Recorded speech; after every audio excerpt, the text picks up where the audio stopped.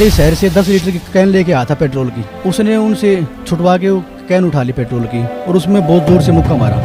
बाहर गली में उसमें फैल गया आंगन में और वो अंदर पहुंच गया कमरे के अंदर। उसने जाते ही अंदर माचिस उठा ली। नमस्कार सर। साहब क्या शुभ नाम है जी आपका? राजेश दास जी। राजेश दास जी, कहाँ से आए हैं आप?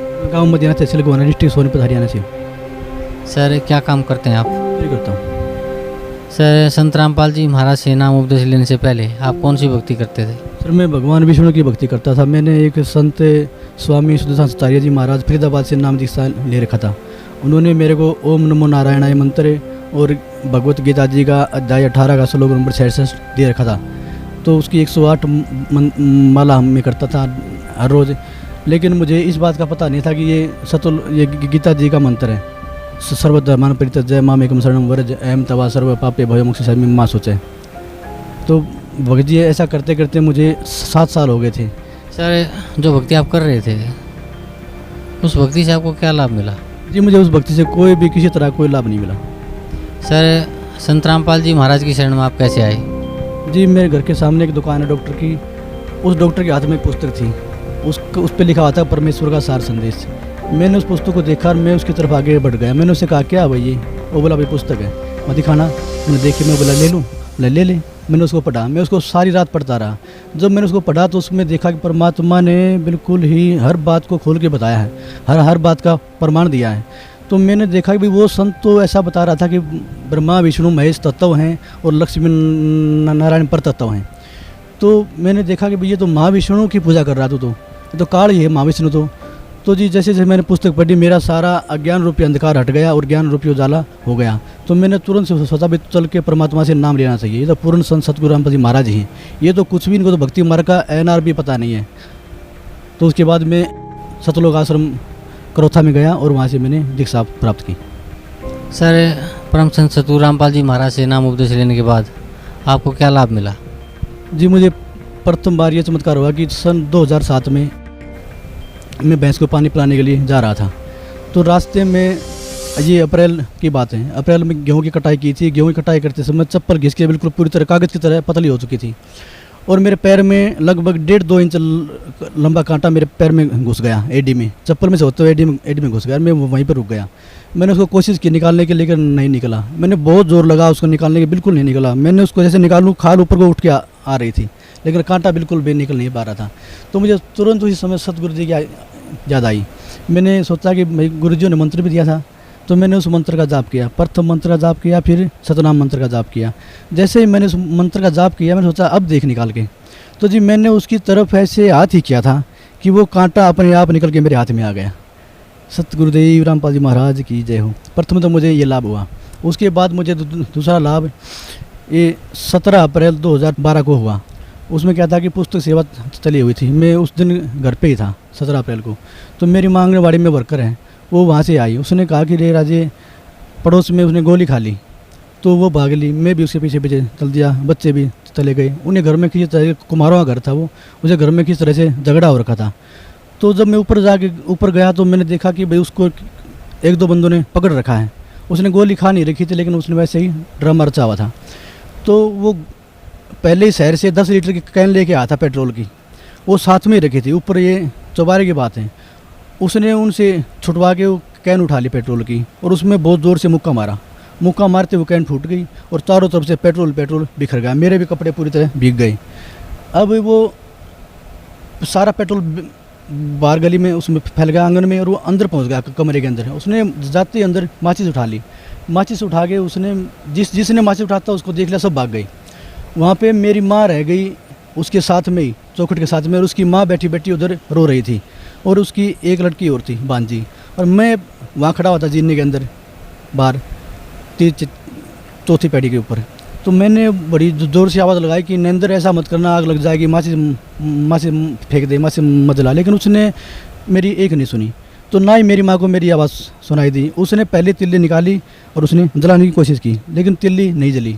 उसके बाद उसने दूसरी तिल्ली फिर निकाली, वो जलाई, वो भी नहीं जली। फिर मेरे मन में अचानक ये ख्याल आया कि तू भाग के इसकी माचिस खोस ले।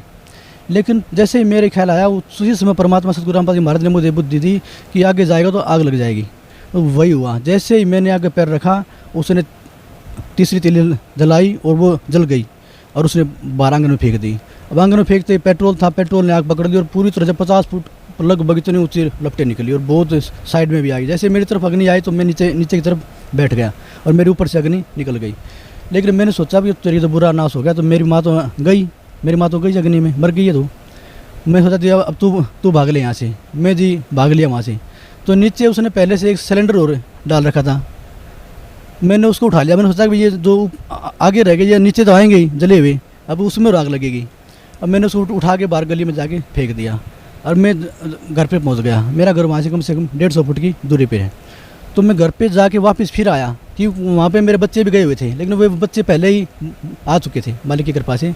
तो उसके बाद मैंने देखा कि मेरी माँ अग्नि में से निकल के आ रही है और ये परमात्मा की इसी रजा, इतनी बड़ा चमत्कार हुआ, इतनी रजा हुई कि मेरी माँ के जैसे वो अग्नि में से निकल के जा रही है, आ रही है बाहर, और उसके आगे वाले हिस्से में कहीं भी कोई आग नहीं थी और उसको भी पेट्रोल लगा हुआ था।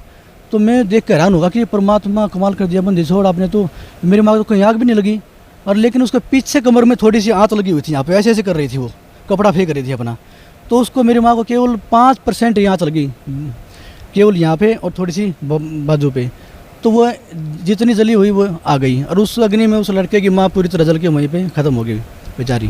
फिर उसके बाद वो घर पे आ गए, मेरी माँ घर पे आ गए, बैठ गई। जो आँच लगी थी अग्नि उसमें दर्द हो रहा था, बहुत ज़्यादा पीड़ा हो रही थी, तो वो रो रही थी। मैंने मेरी माँ को बहुत धमकाया, तू मानती नहीं है, जहाँ भी झगड़ा होता सबसे आगे खड़ी रहती है। तो उसके बाद वो बहुत पूरी तरह रोने लगी, जल गई मैं तो जल गई। तो सामने फ़ोटो लगी थी गुरुजियों की दीवार के ऊपर, उसने फ़ोटो की तरफ देख के कहा, हे बंदी छोड़ सतगुरु रामपाल जी महाराज जल गई मैं तो। इतना ही कहा था भगत जी कि मेरी माँ के शरीर में तुरंत इतनी ठंडक हो गई कि पूरा शरीर शांत हो गया, ठंडा हो गया, जैसे किसी ने बर्फ़ की टुकड़ी रख दी।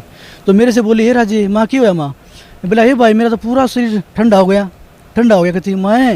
मैंने चाहे परमात्मा बंदी छोड़, इतनी रजा इतनी कृपा अपने कुत्तों पे।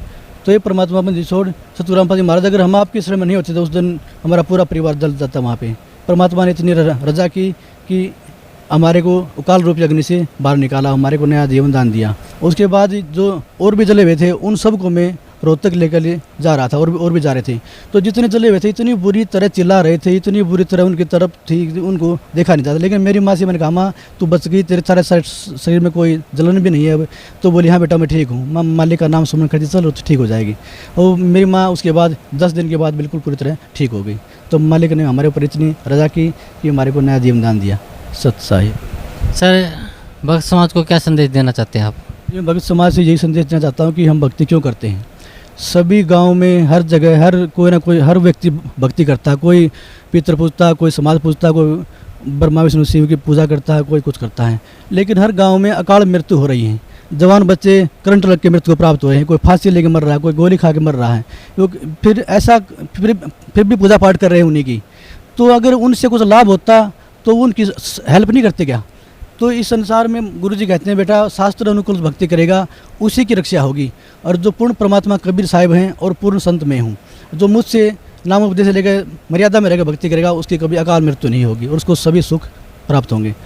तो भगत जी इसी प्रकार मेरे दादाजी थे, वो यही काम करते थे, बकरे काटते थे, बलि देते थे। उनका भी अकाल मृत्यु, उनको भी बहुत बुरी, आखिर में लास्ट में बहुत बुरी मौत मरना पड़ा।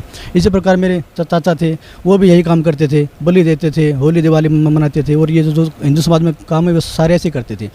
उनको भी एक बार लास्ट में भी बीमार हो गई, 1.5-2 महीने तक उनको लैट्रिन नहीं जा गया और अंत समय में पूरी लैट्रिन उनके मुंह से बाहर निकली और बुरी तरह मृत्यु को प्राप्त हुए। तो भगत जी मेरी समाज से यही प्रार्थना है कि पूर्ण परमात्मा सतगुरु रामपाल जी महाराज आए हुए हैं, इनसे सत भक्ति मार्ग आगे प्राप्त करो और नाम उपदेश लेकर अपना जीवन कल्याण करें। सत साहिब।